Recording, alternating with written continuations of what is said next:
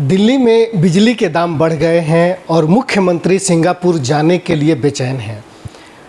Bharatiya Janata party पर और केंद्र सरकार पर उनका लगातार आरोप है कि भारतीय जनता पार्टी की केंद्र सरकार उन्हें दिल्ली में हुए डेवलपमेंट को सिंगापुर में जो काउंसलर्स का मीटिंग है उसमें बताने से रोक रही है। और इस विषय पर बात करने के लिए हमारे साथ हैं अजय महावर जी, जो गोंडा विधानसभा से भारतीय जनता पार्टी के विधायक हैं, साथ ही विधानसभा में विपक्ष के मुख्य सचेतक भी हैं। विधायक जी, सबसे पहले तो बिजली पर बात करते हैं। बिजली का जो बिल बढ़ा हुआ है उसको लेकर के आप लोग प्रदर्शन भी किए हैं, कितना बिल बढ़ा है और आप लोगों की क्या मांग? देखिए, इन्होंने पिछले चोर दरवाजे से पावर कॉस्ट एडजस्टमेंट के नाम पर 2% से 6% का टैक्स बढ़ा दिया, जो मैं मानता हूँ सर्वथा अनुचित है। जब बिजली कमर्शियल कंज्यूम कम हो रही थी, दुकानें बंद थी, फैक्ट्रियाँ बंद थी, कमर्शियल एक्टिविटी बंद थी, तब फिक्स रेट के माध्यम से भी उन्होंने 3 गुना चार्ज किया रेट। यानी कि आप सोचो कि लगभग 7,500 अगर मेगावाट कहीं बिजली कंज्यूम हुई है तो 22,000 मेगावाट का पैसा इन्होंने तहसील लिया एक महीने में। तो पहले ही आप इतना कर रहे हो। दूसरी मुसीबत ये है कि आप बिजली का जब लोड बढ़ता है तो आप तुरंत से उसका लोड बढ़ा देते हो अगले महीने कि आपका लोड बढ़ गया, आपकी गर्मी के दिन में बढ़ ही जाता है, लेकिन घटाने में आप 6 महीने लगा देते हो। तो क्या ये जेब पर डाका नहीं है गरीब जनता के? अब आप कहते हैं कि हम जो है बिजली सस्ती दे रहे हैं, फ्री दे रहे हैं। पूरे गुजरात में, पूरे पंजाब में जाके प्रचार कर रहे हैं कि हम दिल्ली में पहला राज्य हो गया फ्री। कितने लोगों को फ्री है? 2,30,00,000 लोगों में से आप कहते हैं कि खुद कहते हैं आपके 30 लाख लोग इसका फ़ायदा ले पा रहे हैं। और वो भी मैं कह रहा हूँ दावे से कि जितना फ़ायदा वो ले रहे हैं उससे ज़्यादा वो पे कर रहे हैं। ये सिर्फ भ्रम जाल है। लगातार मुख्यमंत्री शीला दीक्षित पर ये आरोप लगाते रहे कि उनकी बिजली कंपनियों के साथ साठगांठ है। आपने आरोप लगाया कि मुख्यमंत्री का भी बिजली कंपनियों के साथ साठगांठ हो गया है, कैसे? नहीं, निश्चित रूप से आप देखिए ना, उनकी पुरानी तस्वीरों को देखिए। वो खंबे पे चढ़ के तार काटने वाला, उन्होंने कहा था शीला दीक्षित के मुख्यमंत्री रहते हुए कि मैं दिल्ली की जनता से आह्वान करता हूं कि बढ़े हुए बिजली के दर पर आप बिजली का बिल ना, आपने सरकार के खिलाफ जाके बोला था। क्या मैं आपकी बात को आज रिपीट करूं कि मुख्यमंत्री ने, आज के मुख्यमंत्री ने तब के मुख्यमंत्री से कहा था, मैं आपसे कहता हूं दिल्ली वासियों, उनकी इस बात को आज मानिए और दिल्ली का बिल पेमेंट मत कीजिए। लेकिन अगर बिजली के बिल की अगर बात है तो जब फ्री दे रही है सरकार तो भारतीय जनता पार्टी कह रही है कि रेवड़ियाँ बांट रहे हैं। अब 6% की मामूली बढ़ोतरी हुई है, जबकि अमूमन सारी चीज़ों के रेट में बढ़ोतरी हुई है, तो भी आप लोग विरोध कर रहे हैं। दिल्ली सरकार तो असमंजस में हो गई है, क्या करे? नहीं, फ्री रेवड़ी की बात जो कही प्रधानमंत्री जी ने, वो अनेक परिप्रेक्ष्य में कही है। इस देश में खाद्यान्न हो, शिक्षा हो या स्वास्थ्य हो, इसके लिए गरीब के लिए हमको उसको संबल देने के लिए काम करना चाहिए, करना पड़ता है।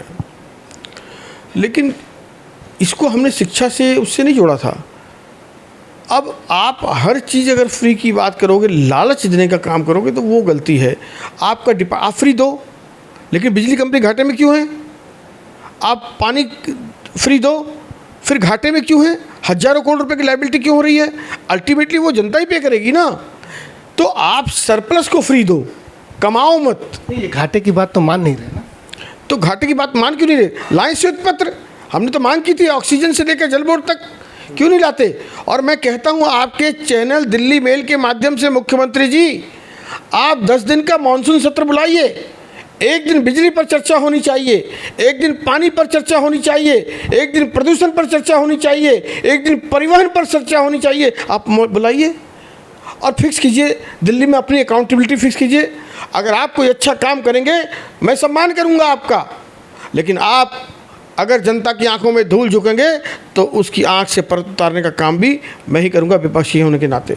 जिस दिन आप लोग बिजली के बढ़े हुए दामों को लेकर के विरोध कर रहे थे, उसी दिन जीएसटी के बढ़ने की बात आई थी। उसमें दूध से लेकर के और खाने पीने की चीज़ों पर जीएसटी 5% बढ़ गया था। ये कितना सही है? देखिए, मेरी बात सुनिए, जीएसटी एक काउंसिल है पूरी, और जो फैसले होते हैं वो स्टेट के सहमति से होते हैं। तो क्या दिल्ली सरकार के नुमाइंदे ने जीएसटी के इन पदार्थों के बिक्री के लिए, बढ़ाने के लिए या किसी वृद्धि के लिए वहाँ विरोध किया था? नहीं किया था। आप वहाँ पर सहमति देते हैं और जनता में आके विरोध करते हैं, ये आपका डबल चरित्र है, ये डबल स्टैंडर्ड की बात है। आपने सहमति दी पहले वहाँ अंदर, और बाहर आके आप कुछ और बयानी कर रहे हैं। देश में महंगाई बढ़ी है, उसको ले करके और खाने पीने की चीज़ों पर जीएसटी होना, जहां पर कि 80 करोड़ लोगों को हम राशन मुहैया करा रहे हैं, ऐसे में ये चीज़ें बढ़ जाना तो बड़ी बात है। निश्चित रूप से ये संवेदनशील मामला है, और मैं भारतीय जनता पार्टी की ओर से केंद्र सरकार से भी निवेदन करूंगा कि इस इनके मूल्यों पर जो वृद्धि हुई है, जिसमें छोटी छोटी उपयोगी चीज़ें हैं गरीब जनता की, उस पर ज़रूर पुनर्विचार करें और उस पर अगर हो सकता है तो उसको वापस लें। एक दिल्ली के लिए अभी एक सबसे बड़ा चर्चा का विषय बना हुआ है मुख्यमंत्री को सिंगापुर जाने को लेकर के। क्यों नहीं जाने दे रही है भारतीय जनता पार्टी की केंद्र सरकार उनको सिंगापुर? टिकट खरीदें और चले जाएं, कौन रोकता है? लेकिन आप महापौरों के, मेयरों के सम्मेलन में आपका वहाँ क्या काम है? क्या किसी और स्टेट का मुख्यमंत्री वहाँ जा रहा है? क्या किसी और कंट्री का कोई मुख्यमंत्री, प्रधानमंत्री वहाँ जा रहा है? अरे भाई, जो आपका सम्मेलन है ही नहीं, वहाँ ज़बरदस्ती आप क्यों जाना चाहते हैं? आप मुख्यमंत्री हैं, मेयर नहीं हैं। दिल्ली में तो अगर मेयर नहीं है तो मुख्यमंत्री क्यों नहीं जा सकते?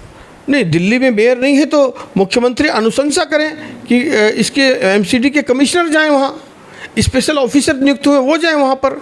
मुख्यमंत्री का क्या काम है वहाँ पर? मुख्यमंत्री का कोई काम नहीं है। वो सैर सपाटा करने जाना चाहते हैं, जो अपने निजी पैसों से जा सकते हैं। लेकिन अगर सरकार ने कहा है कि कोई भी मेयर हो वो जा सकता है, तो आप अनुशंसा करें, किसी ऐसे व्यक्ति को भेजें जो मेयर का। अगर आप मेयर बनना चाहते हैं तो मुख्यमंत्री का पद छोड़िए, अगली बार चुनाव कंटेस्ट कीजिए, आपकी किस्मत में अगर आप मेयर बन जाएंगे, फिर जाइएगा आप सिंगापुर। उसको लेकर के आप लगातार मांग करते रहे हैं, इसके बोर्ड की गठन की। फंड अलॉट होता है और गठन नहीं होता है, क्या वजह है? देखिए, ये बहुत ही बड़ा सौतेला व्यवहार, और ये जो बात कह रहे थे ना कि एमसीडी के चुनाव से डर के भागे बाज, ये डर तो इनका है। हम 6 विधायक क्या चुनकर आ गए 16 में से, अब ये डर के मारे यमुना पार्क विकास बोर्ड का गठन नहीं कर रहे हैं, क्योंकि इनके इसमें से 4 तो ये स्पीकर साहब और मंत्री हो गए, बाकी चेयरमैन बने हुए हैं, और ये अपने पैसा मुख्यमंत्री सड़क योजना से ले आते हैं। हम 6 लोगों को इसका पार्टिसिपेशन ना मिले, इसके लिए उन्होंने ये 100 करोड़ रुपया तीसरे साल भी दिया है। बजट में अलॉट करते हैं, गठन किया नहीं है, 100 रुपये भी हमें मिलता नहीं है, और हमें बेहद आवश्यकता अपने क्षेत्र के लिए। मैंने मुख्यमंत्री जी से निजी रूप से भी आग्रह किया है इस विषय पर, और मैं आपके चैनल दिल्ली मेल के माध्यम से भी आग्रह कर रहा हूँ, मुख्यमंत्री जी इतना नीचे मत गिरिए।